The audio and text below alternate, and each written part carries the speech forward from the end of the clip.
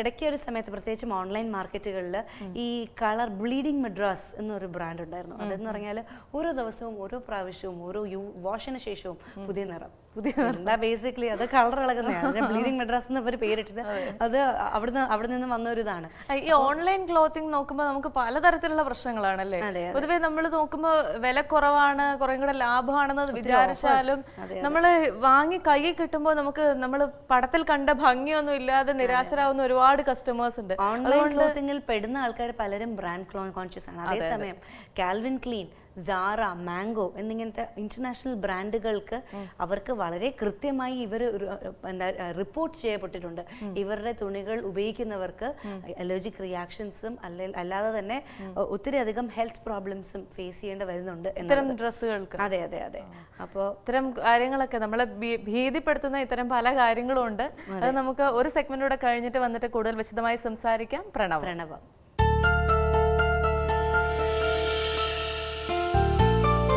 നമസ്കാരം. ജ്യോതിഷത്തിന്റെ കാണാപ്പുറങ്ങൾ തേടുന്ന പ്രണവത്തിലേക്ക് എല്ലാ മാന്യ പ്രേക്ഷകർക്കും സ്വാഗതം.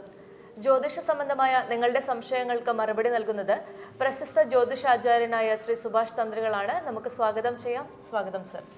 സർ, കഴിഞ്ഞ എപ്പിസോഡിൽ നമ്മൾ സംസാരിച്ചുകൊണ്ടിരുന്നത് ഈ നവരത്ന കല്ലുകൾ എന്താണ്, അവയുടെ ഗുണങ്ങൾ എന്തൊക്കെയാണ്, അല്ലെങ്കിൽ ജന്മനക്ഷത്ര കല്ലുകൾ ഇടുന്നതുകൊണ്ടുള്ള ഗുണങ്ങൾ എന്തൊക്കെയാണ്.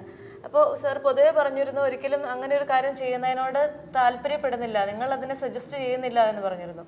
അപ്പോൾ ഇത് ഇടാൻ താല്പര്യമുള്ളവർക്ക്, എന്ത് പറഞ്ഞാലും ആൾക്കാർക്ക് കുറച്ച് താല്പര്യങ്ങൾ ഉണ്ടാവുമല്ലോ. അപ്പൊ ഇത്തരം സാധനങ്ങൾ ഇടാൻ താല്പര്യമുള്ളവർക്ക് ഇതിന് പ്രത്യേക എന്തെങ്കിലും ഒരു ക്രമം അനുസരിച്ച് വേണോ നമ്മൾ കഴിഞ്ഞ എപ്പിസോഡിൽ നമ്മൾ ഗോമേതകത്തിന്റെ, അതായത് രാഹുർദശയുടെ ഗോമേതകം വരെ പറഞ്ഞു നിർത്തിയായിരുന്നു. ഇനി അടുത്തത് വരുന്നത് വ്യാഴദശയാണ്. വ്യാഴദശയിൽ പുഷ്യരാഗം, മഞ്ഞ പുഷ്യരാഗമാണ് അതിൻ്റെ ജന്മ നക്ഷത്ര കല്ല്. അപ്പോൾ വ്യാഴദശയിൽ പോകുന്നവർക്ക്, അപ്പോൾ നമ്മളെപ്പോഴും പറയുന്ന പോലെ ഇതിൻ്റെ അകത്തൊരു കാര്യം, ഈ സൂക്ഷ്മദശ കടക്കുന്ന കല്ലൊന്നും ധരിക്കേണ്ട യാതൊരു ആവശ്യമില്ല. അതെന്താണെന്ന് വെച്ചാൽ നിങ്ങൾ മനസ്സിലാക്കേണ്ട ഒരു കാര്യം, വ്യാഴദശ എന്ന് പറയുമ്പോൾ 16 വർഷമാണ്. അപ്പോൾ ഈ 16 വർഷത്തിൽ സൂക്ഷ്മദശ എന്ന് പറയുന്നത് സ്വാപഹാരം കഴിഞ്ഞ് മറ്റുള്ള ദശകളെല്ലാം അതിൻ്റെ ഓർഡർ അനുസരിച്ച് ഇതിനകത്ത് കയറി വരും. അപ്പോൾ അങ്ങനെ വരുമ്പോൾ ഈ ഓരോ ദശയ്ക്കും ഓരോ കല്ല് മാറ്റി മാറ്റി ഇടേണ്ട ഒരു പ്രവണത കൂടിയുണ്ട്. അപ്പോൾ ശരിക്കും എന്താ സംഭവിക്കുകയെന്ന് വെച്ചാൽ ഈ കല്ല് വിൽക്കുന്നവർക്ക്, സജസ്റ്റ് ചെയ്യുന്നവർക്കെല്ലാം അതൊരു ലാഭക്കച്ചവടമാണ്. അല്ല, അപ്പൊ ഞാനൊരു കാര്യം ചോദിച്ചോട്ടെ സാർ, ഓരോ ദശയിലും ഓരോ കല്ല് മാറ്റി മാറ്റി ഇടുന്നതിന് പകരമായിരിക്കും ഈ നവരത്ന കല്ലുകൾ? അതാണ് അവർ നവരത്ന കല്ല് നിർദ്ദേശിക്കുന്നത്. ഓരോ ദശയിലും കല്ല് മാറ്റുന്നതിന് പകരം നവരത്ന കല്ല് ഇട്ട് കഴിഞ്ഞാൽ എല്ലാം തികഞ്ഞു എന്ന് പറയുന്നത്. അപ്പോൾ അത് തന്നെ നമ്മൾ അതിൻ്റെ ആദ്യത്തെ ഒരു കാര്യം പറയുന്നത്, നവരത്ന കല്ലിൽ ആദ്യത്തെ കല്ലായ മാണിക്യം ഒരു കാരണവശാലും ഒറിജിനൽ കിട്ടില്ല. ഇത് തന്നെ നമ്മളുടെ അടുത്ത് പ്രോഗ്രാം കണ്ടപ്പോൾ ഒരാൾ, അദ്ദേഹത്തിൻ്റെ അടുത്ത് ഒറിജിനൽ മാണിക്യമുണ്ട്, അപ്പോൾ അതൊന്ന് കൊണ്ടുവന്നാൽ ശരി ഒറിജിനലാണോ അല്ലെന്ന് നോക്കി പറഞ്ഞു തരുമെന്ന് ചോദിച്ചു വന്നിട്ടുണ്ടായിരുന്നു. അപ്പോൾ ആൾക്ക് 23 വർഷം മുമ്പാണ് കിട്ടിയത്. ഇവിടെയല്ല, ഇന്ത്യയിൽ തന്നെ, ഗുജറാത്തിൽ. അപ്പോൾ അദ്ദേഹം ആ കല്ല് കൊണ്ടുവന്നു. ഒരു പ്രസിദ്ധ, അതായത് ഇപ്പോഴത്തെ ആളല്ല, പണ്ടത്തെ ഒരു പ്രസിദ്ധ തന്ത്രിയുടെ അടുത്ത് കൊണ്ടുപോയി കല്ല് അവരുടെ നാഗക്ഷേത്രത്തിലേക്ക് വേണമെങ്കിൽ സമർപ്പിക്കാം. അദ്ദേഹത്തിന് ഇങ്ങനെ കിട്ടിയതാണ്, ഈ കാടന്മാരെ നിന്ന് കിട്ടിയതാണ്, അതുകൊണ്ട് ഒറിജിനലാണ്. അന്ന് അദ്ദേഹം അത് 1000 രൂപയ്ക്കാണ് വാങ്ങിച്ചത് ആ കാലഘട്ടത്തിൽ. അതുകൊണ്ട് ഇത് ഒറിജിനലാണ്. അപ്പോൾ നോക്കാൻ വേണ്ടി തന്ത്രിയുടെ അടുത്ത് ചെന്നപ്പോൾ സാധനം ഒറിജിനലാണ്, പക്ഷേ ഈ ക്ഷേത്രത്തിലേക്ക് വേണ്ടാന്ന് പറഞ്ഞു. അത് എന്താണെന്നറിയില്ല, കാരണം അന്ന് പറഞ്ഞ ആളിപ്പോൾ ജീവിച്ചിരിപ്പില്ല. അപ്പോൾ ഈ സാധനം ഒറിജിനലാണ്, പക്ഷേ ക്ഷേത്രത്തിലേക്ക് വേണ്ടത് ഉൾക്കൊള്ളാനുള്ള ചൈതന്യം അങ്ങനെ എന്തോ പറഞ്ഞെന്ന് പറഞ്ഞു. എന്നിരുന്നാലും അദ്ദേഹത്തിൻ്റെ കയ്യിൽ ഇപ്പോഴും കല്ലുണ്ട്. ഈ കല്ല് വെച്ച് ആൾ പറഞ്ഞ രീതിയിലുള്ള പൂജയും ക്രമമൊക്കെ, അതായത് നമ്മൾ സാധാരണ വിളക്ക് വെച്ചിട്ടുള്ള ഒരു പ്രാർത്ഥനയും പൂജയും പോലെയൊക്കെ എന്താ എഴുതി കൊടുത്തിട്ടുണ്ട്, ഇതെല്ലാം ചെയ്യുന്നുണ്ടായിരുന്നു. ഇപ്പോൾ ആൾക്ക് 10-63 വയസ്സുണ്ട്, ആൾക്ക് ദാരിദ്ര്യമാണ്. അപ്പോൾ ഈ ശരിക്കുള്ള ഒറിജിനൽ ഈ മാണിക്യമാണ് ഇരുന്നതെങ്കിൽ അയാൾ ഒരിക്കലും ദരിദ്രനായി ജീവിക്കേണ്ട കാര്യമില്ല. അപ്പോൾ നമ്മുടെ ഈ പ്രോഗ്രാം കണ്ടപ്പോഴാണ് ആൾക്ക് മനസ്സിലായത് ഇത് ഒറിജിനൽ ആയിരുന്നെങ്കിൽ അയാൾ പണ്ടേ രക്ഷപ്പെട്ടെ തന്നെ. അപ്പോൾ നമ്മുടെ അടുത്ത് ഇതേപോലെ തന്നെ വന്ന് ഇയാൾ ഈ കല്ല് ഒറിജിനലാണെന്ന് നോക്കാൻ രാശി വെച്ച് 2-3 പ്രാവശ്യം നോക്കുന്നൊരു പരിപാടിയുണ്ട്. അത് നോക്കിയപ്പോഴേ നമ്മളിത് കണ്ടപ്പോഴേ പറഞ്ഞു, നിങ്ങൾക്ക് സാമ്പത്തികമൊന്നും ഇല്ലെങ്കിൽ നിങ്ങൾ ഒരിക്കലും ഇത് ഒറിജിനൽ കല്ലല്ല, അതിൽ നോക്കേണ്ട കാര്യമില്ല. പിന്നെ ഇനി നിങ്ങളുടെ ഒരു തൃപ്തിക്ക് വേണ്ടി നോക്കാമെന്ന് പറഞ്ഞ് അങ്ങനെ നോക്കി കഴിഞ്ഞപ്പോൾ അത് കല്ല് ഒറിജിനലല്ല. അപ്പോൾ ഞാൻ അദ്ദേഹത്തിൻ്റെ അടുത്ത് പറഞ്ഞു, നിങ്ങൾക്കിപ്പോൾ ഇതേപോലെ തന്നെ പ്രോഗ്രാം നടന്നു പോകുന്ന സമയത്ത് കണ്ടിട്ട് ഒരു പാർട്ടി പറഞ്ഞു, അവർ ഹിമാലയത്തിൽ ചെന്നപ്പോൾ കുറേ സന്യാസിമാർ അവിടെ അവരുടെ കയ്യിൽ ഒറിജിനൽ മാണിക്യമുണ്ടെന്ന് പറഞ്ഞ് കല്ല് കാണിച്ചു കൊടുത്തു. അപ്പോൾ കല്ല് കാണിച്ചു കൊടുത്തു കഴിഞ്ഞപ്പോൾ ഇത് ഒറിജിനലാണെന്ന് വിശ്വസിപ്പിക്കാൻ വേണ്ടി അവർ ചെയ്തത്, കല്ലിങ്ങനെ വെച്ചിട്ട് ഇങ്ങനെ കാണിച്ചു മേലേക്ക് കാണിച്ചപ്പോൾ ഈ രശ്മികൾ ഇങ്ങനെ മേലേക്ക് അങ്ങ് പോയി, വളരെ ഇതിൽ. അതൊരു സെക്കൻഡുകൾ ഇങ്ങനെ നിന്നു. അത് കഴിഞ്ഞ് അവർ കൈ താത്തിയപ്പോൾ താഴേക്ക് വന്നു, വീണ്ടും പഴയ പോലെ. അപ്പോൾ ശരിക്കും പറഞ്ഞാൽ മാജിക്കാരൻ കാണിക്കുന്ന പോലെ കൈ കാണിച്ചപ്പോൾ രശ്മികൾ വരെയും ചെയ്തു. മാജിക്കാണ് എന്താണെന്നറിയില്ല, അയാൾ ഞെട്ടിപ്പോയി. അപ്പോൾ ഒറിജിനലാണ്, അത് വാങ്ങാനുള്ളൊരു തയ്യാറെടുപ്പിൽ വില പറഞ്ഞോളാൻ പറഞ്ഞു. അപ്പോൾ അവർ 3-4-5 സന്യാസിമാരുണ്ട്. അവർ പറഞ്ഞു, ഞങ്ങളിങ്ങനെ കല്ലൊക്കെ, അതായത് സാധാരണ കല്ല് വെറുതെ ഇങ്ങനെ ഇട്ട് തരും, അതിന് കണക്കാക്കിയുള്ള മൂല്യമാണ് ഞങ്ങളുടെ റേറ്റ് എന്ന് പറഞ്ഞു. അപ്പോൾ ആള് ഇട്ടോളാൻ പറഞ്ഞു. അങ്ങനെ കല്ലിട്ടു. സാധാരണ കല്ലിട്ട് തരുമെന്ന് പറഞ്ഞു കഴിഞ്ഞാൽ അതായത് എണ്ണം, അവരുദ്ദേശിക്കുന്ന എമൗണ്ട്, ആ കല്ലിന്റെ എണ്ണം കണക്കാക്കിയിട്ടുള്ള റേറ്റ്. അങ്ങനെ 5 പേര് 5 കല്ല് വെച്ചിട്ടു. അപ്പൊ 25. അപ്പൊ ഇദ്ദേഹം വിചാരിച്ചു 25,000 രൂപയ്ക്ക് കല്ല് കിട്ടും വാങ്ങാന്നുള്ളൊരു രീതി. അപ്പൊ അവര് ശരി എന്നാൽ 25,000 രൂപയല്ലേന്ന് ചോദിച്ചു. അപ്പൊ അവർ പറഞ്ഞു 25,000 അല്ല 25 ലക്ഷം രൂപ തരാണെങ്കിൽ ഇത്. അപ്പൊ ആള് ഭയന്നു പോയി. കാരണം ആൾക്ക് തോന്നിയൊരു തോന്നല്, ഈ സന്യാസിമാർക്ക് ഇത്ര അധികം പൈസയുടെ ആവശ്യമുണ്ടോ? ശരിക്കും സന്യാസി എന്ന് പറഞ്ഞാൽ നമ്മൾ മുമ്പ് ഒരു എപ്പിസോഡിൽ പറഞ്ഞിട്ടുണ്ട്, സന്യാസി എന്ന് പറഞ്ഞാൽ തന്നെ അതിന്റെ അർത്ഥം സർവ്വസംഘ പരിത്യാഗിയാണ്. എല്ലാം പരിത്യജിച്ച് ജനങ്ങൾക്ക് വേണ്ടി ജീവിക്കുന്നവരാണ് സന്യാസിമാര്. അതുകൊണ്ടാണ് അദ്ദേഹം തോന്നി ഇത് തട്ടിപ്പായിരിക്കും. കാരണം സന്യാസിമാർക്ക് ഇത്രയും പൈസയോടെ ആർത്തി, അവർക്ക് ശരിക്കും പറഞ്ഞാൽ അവിടെയുള്ള സന്യാസിമാരെന്നൊക്കെ പറഞ്ഞ് കഞ്ചാവൊക്കെ അടിച്ച് നേരം കിറങ്ങി നടക്കുന്നവരാണ്. അപ്പോൾ ആൾക്ക് തോന്നിയത് 25,000 രൂപ എന്ന് പറഞ്ഞാൽ ഇവർക്ക് ഇതൊക്കെ വാങ്ങാനും അതിനൊക്കെയുള്ള സെറ്റപ്പിലായിരിക്കും. അല്ലാതെ ഇതിന് മേലേക്ക് പോയപ്പോഴാണ് ആള് കല്ല് വേണ്ടാന്നുള്ള രീതിയിലേക്ക് തിരിച്ചു വന്നു. അപ്പോൾ നമ്മുടെ അടുത്ത് പറഞ്ഞു എനിക്കതിനെക്കുറിച്ച് അറിയില്ല, ഇനി ഒറിജിനലാണോ എന്തോ, എന്തായാലും അവർക്ക് ഒന്നുകിൽ മാജിക്ക് പഠിച്ചവരോ അങ്ങനെയുള്ളവരൊക്കെ ആയിരിക്കും. അതുകൊണ്ടാണ് കൈ ഇങ്ങനെ കാണിക്കുന്ന സമയത്ത് രശ്മികൾ മേലേക്കും കൈ താഴേക്ക് കാണിച്ചപ്പോൾ അതൊക്കെ അവരുടെ ഒരു വിദ്യ ആയിരിക്കും.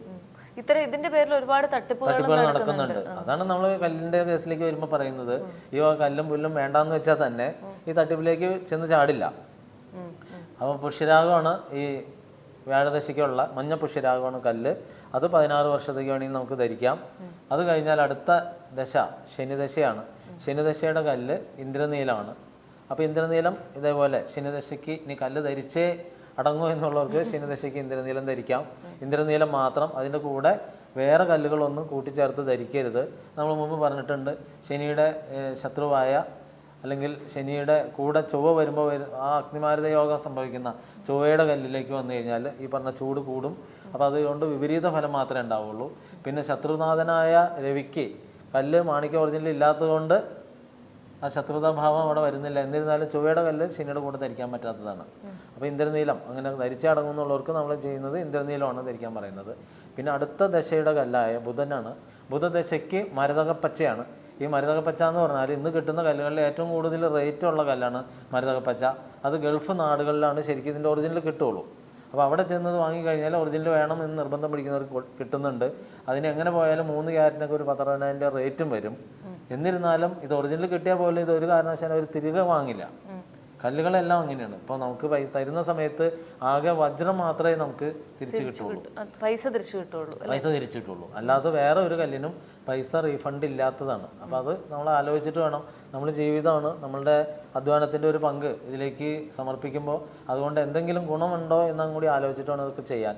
അതുകൊണ്ടാണ് നമ്മൾ പറയുന്നത് കല്ലിലേക്കൊക്കെ ഇറങ്ങുമ്പോൾ വളരെ ആലോചിച്ച് കല്ല് ധരിക്കണമെന്നുണ്ടെങ്കിൽ മുമ്പ് പറഞ്ഞ പോലെ ചെറിയ കടകളിലൊക്കെ ചെന്ന് കഴിഞ്ഞാൽ ഈ 100, 200, 300 രൂപയ്ക്കൊക്കെ കല്ലുണ്ട്, ഇത് ധരിച്ചാൽ മതി. അതിപ്പോൾ കേരളത്തിൽ നമ്മുടെ ആഗ്രഹം സഫലമായി കാണുന്നവർക്ക് കയ്യിൽ കല്ലുണ്ട്. ഇത് തന്നെ കേരളത്തിൽ കല്ലിനൊക്കെ ഭയങ്കര വിലയാണ്. നേരെ കോയമ്പത്തൂരൊക്കെ പോയാൽ മതി. അവിടെ ചെന്ന് കഴിഞ്ഞാൽ ചെറിയ ചെറിയ കടകളിൽ ഇഷ്ടംപോലെ കല്ല് കിട്ടും. അപ്പോൾ നമുക്ക് എന്താ ഗുണമെന്ന് വെച്ചാൽ വേണമെങ്കിൽ ആ വഴി ഒരു ഊട്ടി ട്രിപ്പ് ആവാം, അല്ലെങ്കിൽ കൊടൈക്കനാൽ ട്രിപ്പ് ആവാം. അപ്പോൾ അവിടങ്ങളിലൊക്കെ സാധാരണ കടകളിലാണ് ഈ കല്ലിനൊന്നും വലിയ റേറ്റും കൊടുക്കണ്ട. ഇവിടുത്തെ പോലെ അത്ര കണ്ട് ഭ്രമമില്ല. അതാണ് കല്ലിന് അവിടെ അത്ര വില വരാത്തത്. ഈ കല്ല് ധരിക്കുന്നവർക്ക് തന്നെ അത് എന്തെങ്കിലും പ്രത്യേക ക്രമത്തിലേ ധരിക്കാവുള്ളൂ, അങ്ങനെ എന്തെങ്കിലും അല്ല, അതാണ് ദശ കടക്കുന്നത് അനുസരിച്ചാണ് ധരിക്കുന്നത്. അപ്പൊ ചിലർ ചെയ്യുന്നത് ജനിച്ച നക്ഷത്രത്തിന് ഒരു കല്ല്, കടക്കുന്ന ദശയ്ക്ക് ഒരു കല്ല്, അങ്ങനെ 2 ധരിക്കുന്നവരുണ്ട്. ചിലർ ചെയ്യുന്നത് ഈ ദശ കടക്കുന്നതിന് ഒരു കല്ല്, അതിലെ സൂക്ഷ്മദശ കടക്കുന്നതിന് അടുത്ത കല്ല്, അങ്ങനെ 2 കല്ല് ധരിക്കുന്നുണ്ട്. അതുകൊണ്ട് നമ്മൾ ഈ 2 കല്ല് ധരിക്കേണ്ട. അങ്ങനെ ആഗ്രഹം ഉണ്ടെങ്കിൽ ഏത് ദശയാണോ നടക്കുന്നത് ആ ദശയാണ് അപ്പോഴത്തെ അധികാരി. അതായത് നമ്മളുടെ വീട്ടിൽ 5 മക്കളുണ്ടെങ്കിൽ ഈ 5 മക്കൾക്കും ഓരോ വയസ്സനുസരിച്ച് ഭരിക്കാൻ അച്ഛൻ പിതാവ് അനുമതി കൊടുത്തിട്ടുണ്ടെങ്കിൽ ആ ഭരിക്കുന്ന ആള് ഏത് മകനാണോ ഭരിക്കുന്നത്, ഏത് മകളാണോ ഭരിക്കുന്നത്, അതേപോലെയാണ് ഇതിൻ്റെ സംഭവം.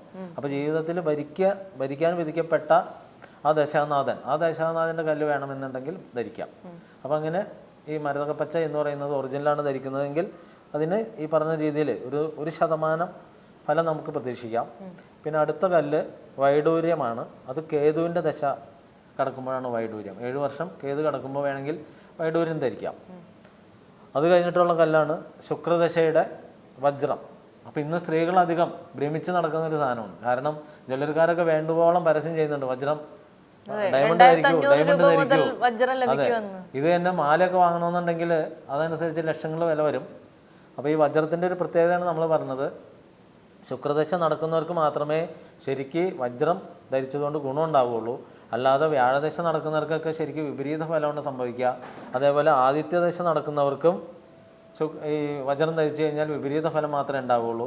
അതുകൊണ്ട് തന്നെ നമ്മൾ പറയുന്നത് നമുക്ക് ഈ ആഭരണ ഭ്രമം, സ്ത്രീകൾക്ക് ആഭരണ ഭ്രമം ആവാം.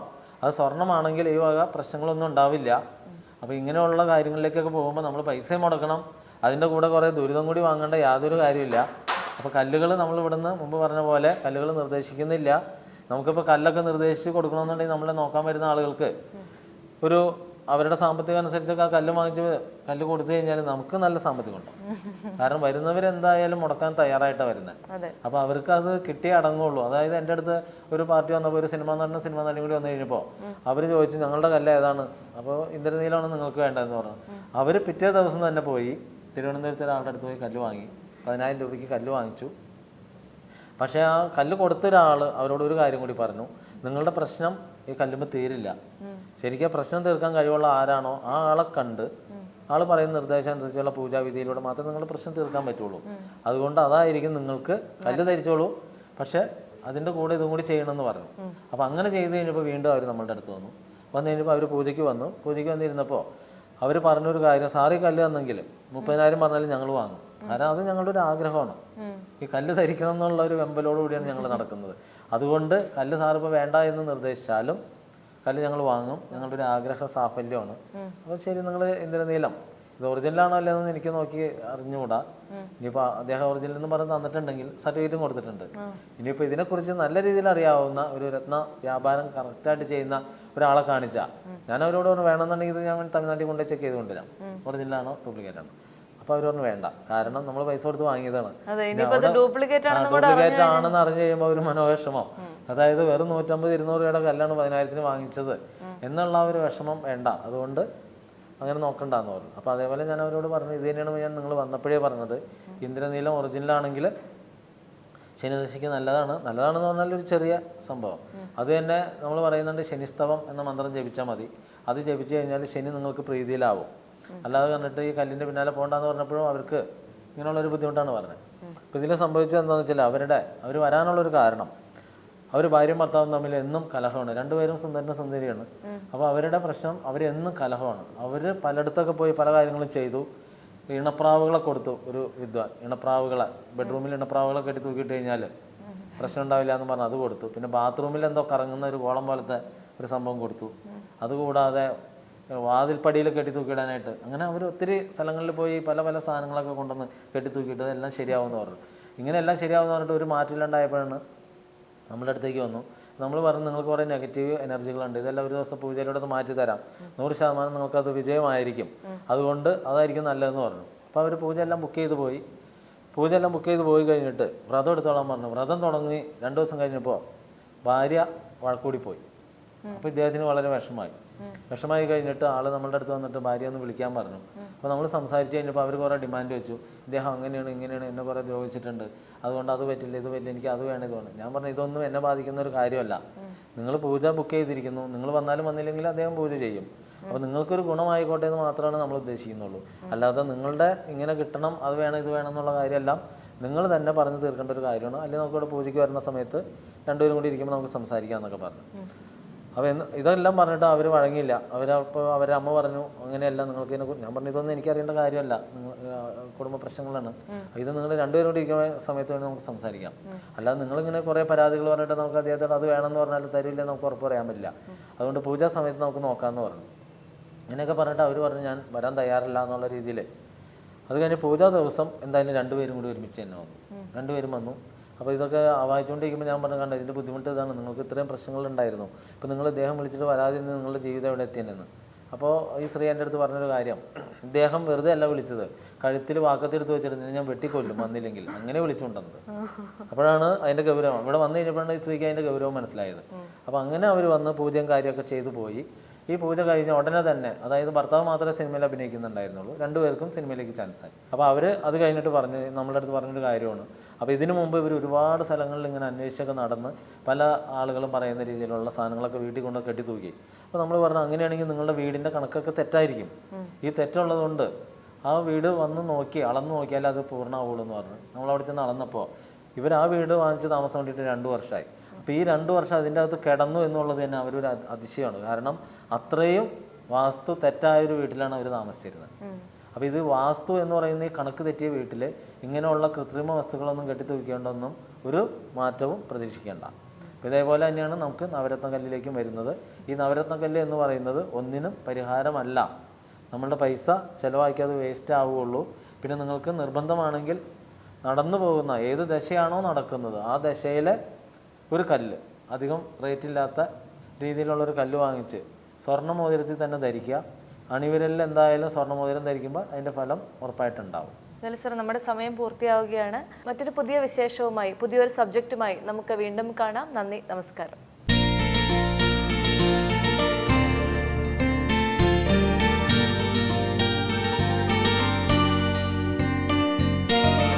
ഇത്തരത്തിലുള്ള പലതരത്തിലുള്ള ഡ്രസ് മെറ്റീരിയൽ, പലതരത്തിൽ ഭംഗിയിലുള്ള ഡ്രസ് മെറ്റീരിയൽ എന്നൊക്കെ പറഞ്ഞാൽ നമുക്ക് പല സ്ഥലത്തുനിന്നും വാങ്ങാൻ സാധിക്കും. പക്ഷെ നിങ്ങളൊരു തുണി എടുക്കുമ്പോൾ അതിൻ്റെ ഗുണമേന്മ, നിറം, ഇത്തരം കാര്യങ്ങളെല്ലാം, ക്വാളിറ്റി, ഇത്തരം കാര്യങ്ങളെല്ലാം വളരെ ശ്രദ്ധിക്കുക.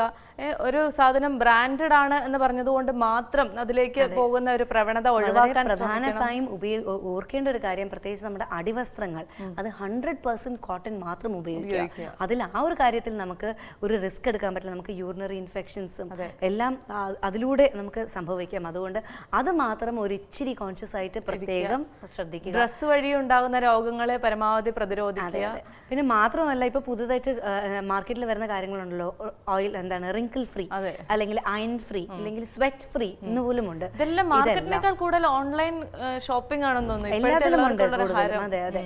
അപ്പോൾ നമ്മൾ ശ്രദ്ധിക്കേണ്ട ഒരു കാര്യം, ഇങ്ങനത്തെ കാര്യങ്ങൾ നമ്മൾ വാങ്ങിക്കുമ്പോൾ നമ്മൾ എത്ര വില കൊടുത്താണ് വാങ്ങിക്കുന്നത്, വില കൂടുന്നു എന്നുള്ളതിന്റെ അർത്ഥമല്ല അതിന്റെ ക്വാളിറ്റി നല്ലതാണ് എന്നുള്ളത്. അതിന്റെ പിന്നിലുള്ള കാര്യങ്ങളെല്ലാം തീർച്ചയായിട്ടും ശ്രദ്ധിക്കുക. മികച്ച വസ്ത്രങ്ങൾ തിരഞ്ഞെടുക്കാൻ ശ്രദ്ധിക്കുക. മറ്റൊരു എപ്പിസോഡിൽ വീണ്ടും കാണുന്നത് വരെ നന്ദി, നമസ്കാരം. ബൈ.